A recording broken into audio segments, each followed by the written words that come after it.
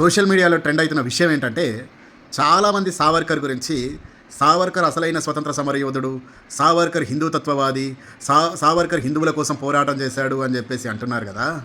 సావర్కరు ఒక నాస్తికుడు, అది తెలుసుకోండి.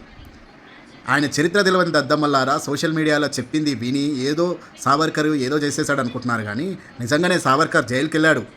జైలుకి వెళ్ళి దాదాపు కొన్ని వందల లెటర్లు రాశాడు బ్రిటిష్ వాళ్ళకి.